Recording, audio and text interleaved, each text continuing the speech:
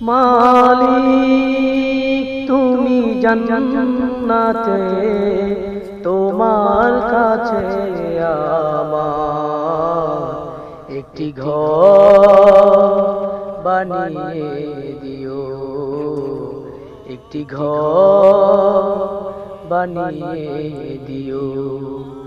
মালিক তুমি জান্নাতে, তোমার কাছে আমার